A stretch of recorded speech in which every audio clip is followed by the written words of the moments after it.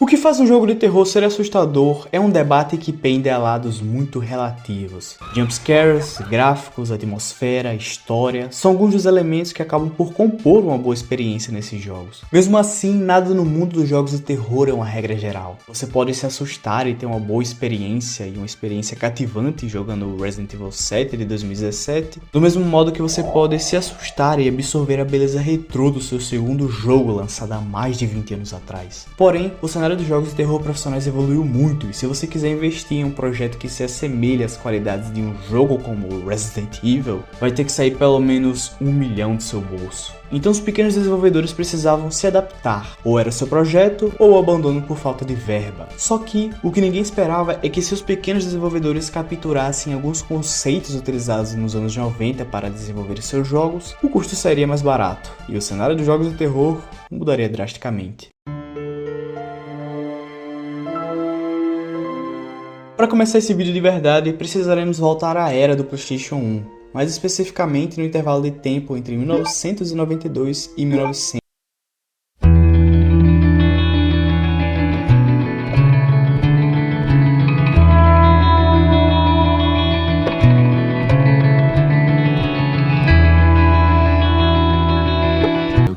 Alone in the Dark surgiria trazendo uma fórmula, cenários pré-renderizados e fixos, com certos objetos explicitamente destacados e interativos, que trocam tanto os controles quanto o cenário com o avanço da gameplay, surgindo também o tal controle tanque. Avançando um pouco, nós chegamos em Resident Evil 2, ou um dos jogos que mais souberam explorar ação, terror, puzzle e história boa em um jogo. Ele mesclaria trilha sonora boa com sons ambiente, que torna esse um dos jogos que te dão medo mesmo tendo mais de 20 anos com esses gráficos. Mais para frente chegamos em Silent Hill, um jogo que por limitações técnicas precisariam mascarar a renderização do cenário com uma neblina super dramática e assustadora. Uma adição inteligente que mexia com a nossa mente sobre o que poderia estar nos esperando mais à frente. Caramba, isso aí foi um triple rima, sendo um jogo bem assustador até hoje, mesmo com esses gráficos. Essa era foi essencial para aprendermos como os desenvolvedores souberam realizar grandes feitos e feitos inovadores, mesmo com as limitações da época. Volto a dizer, limitações da época. E com isso criaram diversos conceitos que foram levados por mais de 20 anos à frente. Porém, a concorrência desses conceitos aprimorados vieram com grandes gráficos e custo de produção, com personagens tão polidos e realistas que provavelmente possuem mais polígonos que um jogo inteiro da primeira geração de consoles. Então, os pequenos desenvolvedores precisariam reutilizar uma das limitações dos anos 90, os gráficos, ajudando não só a grandes mentes independentes a colocarem seus projetos mais à frente de alguma maneira, como também criou uma nova variante dos jogos de terror, os jogos de terror no estilo PS1.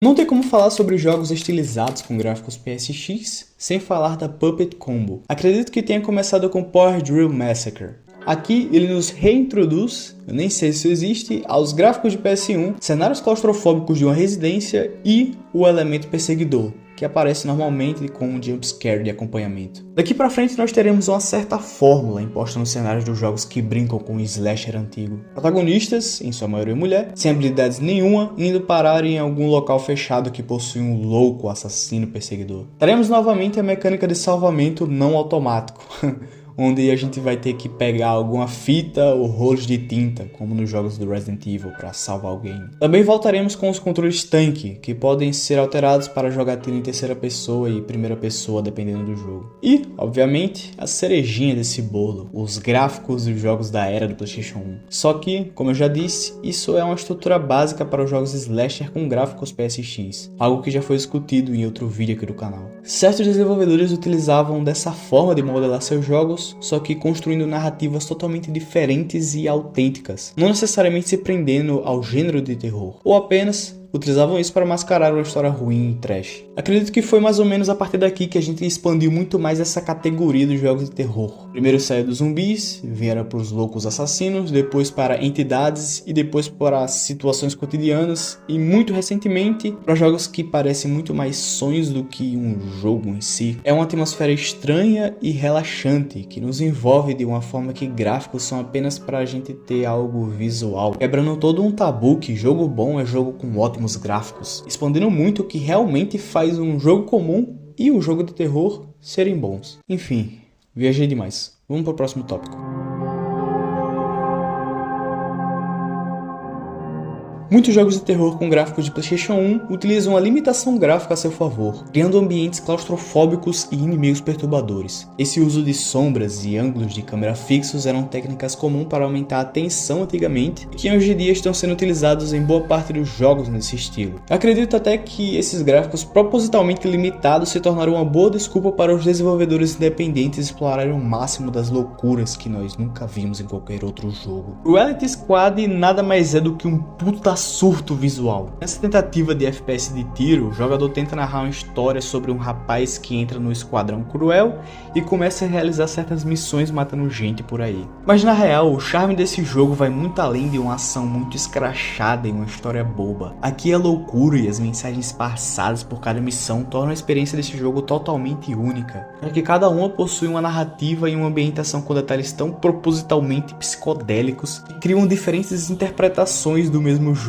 Obviamente, tudo isso encaixado com gráficos de PS1, que aqui são colocados com cores vibrantes, sendo adicionados elementos no HUD tão exagerados e datados, que logo de cara se vê que esse jogo não é só algo que um adolescente shitposter faria, muito menos algo que alguém com intenções de se fazer um FPS comum também teria. Um vídeo muito interessante sobre esse game foi feito no canal do Renatols, que estará na descrição para quem quiser ver. Esse estilo de jogo possui uma certa liberdade de exploração de conceitos. Imagina juntar um jogo simulador de pesca com survival horror. Mas com certeza, um dos estilos de jogo de terror que mais se beneficiaram com gráficos PSX foram jogos slasher. E como eu já disse, Puppet Combo, Torture Star Video, Season 6 Games e quase 50% dos jogos do itch.io colocam um assassino sequestrador atrás de você. Misturar essa estética antiga, não só de gráficos propriamente ditos, mas ambiental, tá ligado? Dando uma sensação extremamente retrô e nostálgica, faz a gente aproveitar essa experiência como algo muito mais diferente do que um jogo convencional. E acredito que o trash também é muito bem aproveitado aqui. É difícil pensar em um assassino com máscara de porco ou com máscara de pinto indo atrás de você se a gente está casado nessa linha mais trash. Só que o interessante é que funciona, e funciona muito bem. E é estranho a gente jogar um jogo já sabendo que ele vai ser meio galhofa mesmo. Só que ao longo da gameplay, a imersão desse gráfico PSX são tão completas que a gente realmente se caga ao longo da gameplay. Ou não queremos avançar por medo do que está por vir. Jogos que souberam entregar essa sensação de medo, galhofice e estética retrô foram Blood Wash, Stay Out of the House e o Murder House. Jogos que não são perfeitos, estão longe de ser perfeitos, mas seguem o planejado. Vamos começar pelos tradicionais, aqueles que alavancaram esse estilo, os jogos da Puppet Combo e afins, sendo eles aqueles que me introduziram a essa estilização. Blood Wash, um jogo de terror slasher que mistura muito dessa estética retrô com mistério e interação entre personagens, leva na investigação sobre o assassino de grávidas. Aqui nós temos muitos elementos trash, com um slash na medida certa, e esse é um jogo que acaba na medida certa também. Murder House, um jogo muito foda também, que eu considero um dos jogos que eu mais tive medo de avançar. Nele nós temos um assassino com roupa de coelho que nos persegue em uma casa abandonada. Stay Out of the House é um clássico exemplo de jogo inspirado nos filmes slasher. Possui uma protagonista perdida que entra em uma casa abandonada com um louco assassino gigante que possui um parente cadeirante e velho. Obviamente todos esses jogos possuem os elementos de puzzle que eram recorrentes nos jogos dos anos 90. Avançando para ambientes diferenciados desse estilo, chegamos nos jogos que funcionam mais como uma experiência diferente ou um sonho do que um jogo de terror em si.